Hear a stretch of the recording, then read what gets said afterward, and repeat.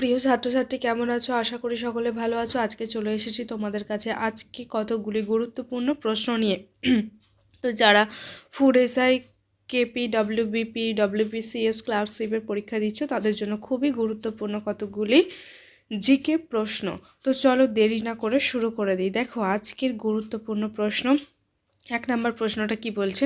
বলছে জলপৃষ্ঠের উপর একটি পাতলা তেলের আস্তরণ রঙিন আকার প্রদর্শিত হবে, কারণ এটা কি? অপশান 1 প্রতিফলন, অপশান 2 প্রতিসরণ, অপশান 3 ব্যতিচার, অপশান 4 সমাবর্তন। জলপৃষ্ঠের উপর একটি পাতলা তেলের যে আস্তরণ রঙিন আকার প্রদর্শিত হয় সেটার কারণ হচ্ছে কি? অপশান নাম্বার সি বা অপশান নাম্বার 3 ব্যতিচার। অপশান নাম্বার 3 হলো এই প্রশ্নের সঠিক উত্তর। চলে যাচ্ছি পরবর্তী 2 নম্বর প্রশ্নে। বলছে শিমলিপাল অভয়ারণ্য কোথায় অবস্থিত? Option 1 Uttar Pradesh, option 2 Haryana, option 3 Gujarat, option 4 Orissa.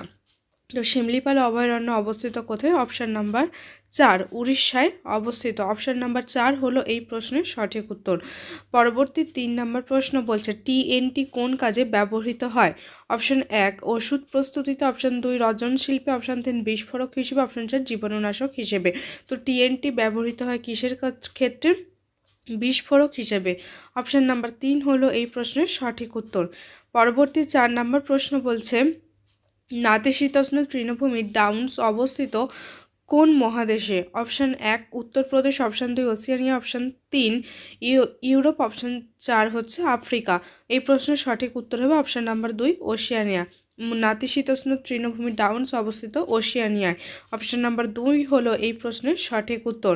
পরবর্তী 5 নম্বর প্রশ্ন বলছে কোন পর্বত বয়সের সবথেকে প্রাচীন হয়? অপশান 1 আগ্নেয় পর্বত, অপশান 2 ভঙ্গিল পর্বত, অপশান 3 স্তূপ পর্বত, অপশান 4 ক্ষয়জাত পর্বত। সবথেকে বয়সে প্রাচীন হয় হলো ক্ষয়জাত পর্বত। অপশান নাম্বার 4 হলো এই প্রশ্নের সঠিক উত্তর। পরবর্তী 6 নম্বর প্রশ্ন বলছে জাতির জনকের রাজনৈতিক পরামর্শদাতা কে ছিলেন? Option 1 Madan Mohan Malviya, option 2 Gopal Krishna Gokhale, option 3 দাদাভাই নৌরোজি, অপশান 4 কেভি নন। তো এই প্রশ্নের সঠিক উত্তর হবে অপশান নাম্বার 2 গোপালকৃষ্ণ গোখলে। জাতির জনকের রাজনৈতিক পরামর্শদাতা ছিলেন অপশান নাম্বার 2 গোপালকৃষ্ণ গোখলে। পরবর্তী 7 নম্বর প্রশ্ন বলছে ভারতের সংবিধানের সুপ্রিম কোর্ট ও হাইকোর্টের বিচারপতি অপসারণ পদ্ধতির ধারণা নেওয়া হয়েছে কোন দেশের সংবিধান থেকে? Option 1 great Britain, option 2 America যুক্তরাষ্ট্র, অপশান 3 আয়ারল্যান্ড, অপশান 4 কানাডা।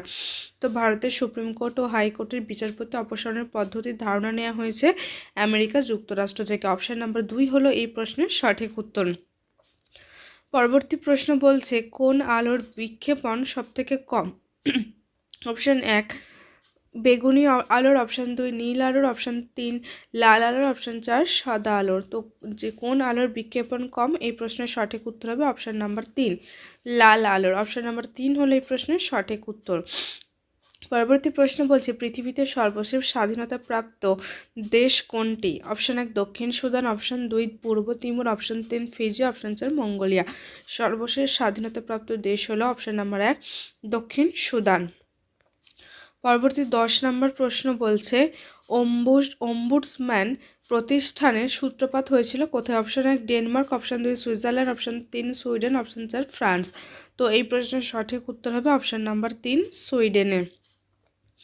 পরবর্তী 11 নম্বর প্রশ্ন বলছে ইন্ডোমিটেবল স্পিরিট এর রচয়িতাকে? Option 1 Jhumpa Lahiri, option 2 Khushwant Singh, option 3 Rajmohan Gandhi, option 4 doctor APJ Abdul Kalam. এই গ্রন্থের রচয়িতা হলো কি? Option number 4 doctor APJ Abdul Kalam. পরবর্তী 12 নম্বর প্রশ্ন বলছে তামার সর্বাধিক সঞ্চিত রয়েছে কোন রাজ্যে? Option 1 Andhra Pradesh, option 2 Chhattisgarh, option 3 Jharkhand, option 4 Madhya Pradesh. তামার সর্বাধিক সঞ্চিত আছে মধ্যপ্রদেশ। অপশান নাম্বার 4 হলো এই প্রশ্নের সঠিক উত্তর। পরবর্তী 13 নম্বর প্রশ্ন বলছে নৌটঙ্কি কোথাকার নৃত্যশিল্প? Option 1 Punjab, option 2 Rajasthan, option 3 Tamil Nadu, option 4 Uttar Pradesh. তো এই প্রশ্নের সঠিক উত্তর হবে অপশান নাম্বার 4 নৌটঙ্কি হলো উত্তরপ্রদেশের লোকনৃত্য। অপশান নাম্বার 4 হলো এই প্রশ্নের সঠিক উত্তর। পরবর্তী 14 নম্বর প্রশ্ন বলছে কার শাসনকালে ভারতের আধুনিক পৌর শাসন ব্যবস্থার গোড়াপত্তন হয়? Option 1 Warren Hastings, option 2 Lord Cornwallis, option 3 Lord Ripon, option 4 Lord Linlithgow. তো এই প্রশ্নের সঠিক উত্তর হবে অপশান নাম্বার 3 লর্ড রিপনের শাসনকালে ভারতের আধুনিক পৌর শাসন ব্যবস্থার গোড়াপত্তন শুরু হয়? অপশন নম্বর 3 হলো এই প্রশ্নের সঠিক উত্তর।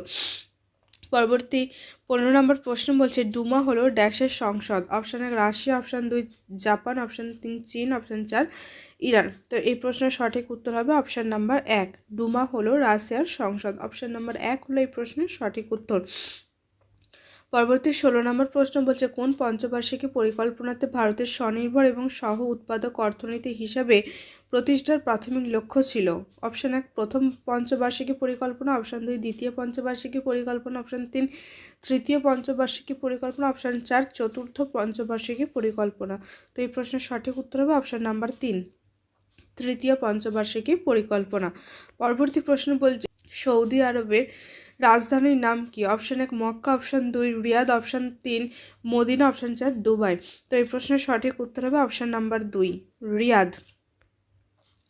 18 নম্বর প্রশ্ন বলছে বাংলার শাসক মীর কাসিম রাজধানী মুর্শিদাবাদ থেকে কোথায় স্থানান্তর করেন? Option 1 Dhaka, option 2 Tamralipta, option 3 Alinagar, option 4 Munger. তো মীর কাসিম রাজধানী মুর্শিদাবাদ থেকে স্থানান্তর করেছিলেন কোথায়? তো এই প্রশ্নের সঠিক উত্তর হবে অপশন নাম্বার 4 মুঙ্গেরে। অপশন নাম্বার 4 হলো এই প্রশ্নের সঠিক উত্তর।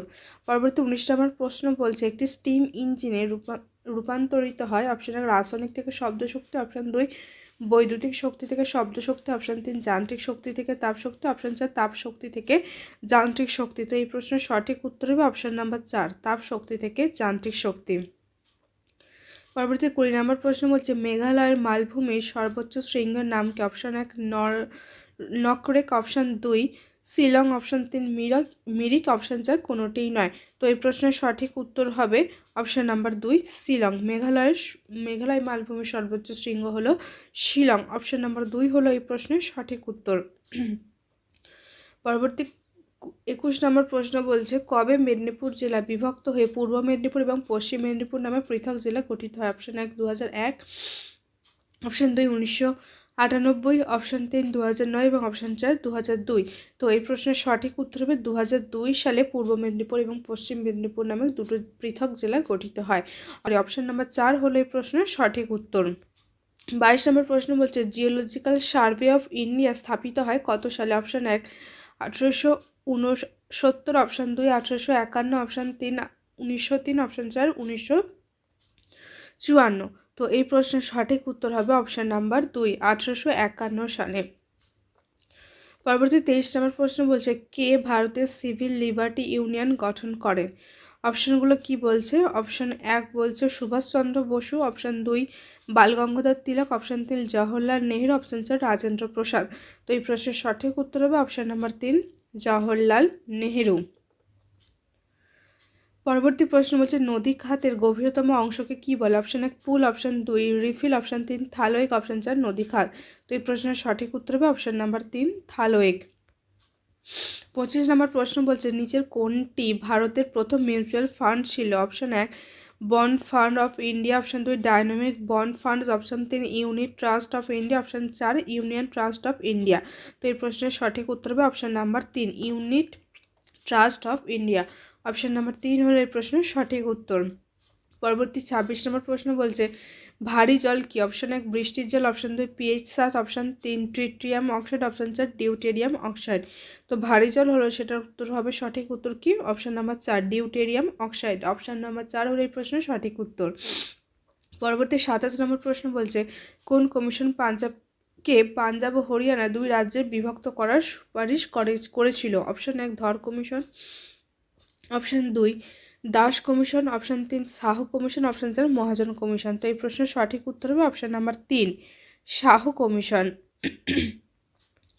পরবর্তী 28 নম্বর প্রশ্ন বলছে কলসুবাই নিচের কোন রাজ্যের সর্বোচ্চ শৃঙ্গ? Option 1 Tamil Nadu, option 2 Maharashtra, option 3 Orissa, option 4 Gujarat. তো এই প্রশ্নের সঠিক উত্তর হবে অপশন নাম্বার 2 মহারাষ্ট্র। পরবর্তী 29 নম্বর প্রশ্ন বলছে কোন ব্রিটিশ গভর্নর ভারতের পোস্টেজ স্ট্যাম্প প্রবর্তন করেন? Option 1 Lord Dalhousie, option 2 Lord Auckland, option 3 Lord Canning, option 4 Lord William Bentinck. তো এই প্রশ্নের সঠিক উত্তর হবে অপশন নাম্বার 1 লর্ড ডালহৌসি। আজকে লাস্ট প্রশ্ন বলছে নিচের মধ্যে কে তবলার সাথে যুক্ত? অপশন 1 আলী আকবর খান, অপশন 2 বিলায়েত খান, অপশন 3 বিসমিল্লাহ খান, অপশন 4 আহমেদ জান থিরা কাওয়া। তো এই প্রশ্নের সঠিক উত্তর হবে অপশান নাম্বার 4। তো ছাত্রছাত্রীরা এই ছিল আজকের প্রশ্ন। আশা করছি প্রশ্নগুলো তোমাদের উপকারে লাগবে।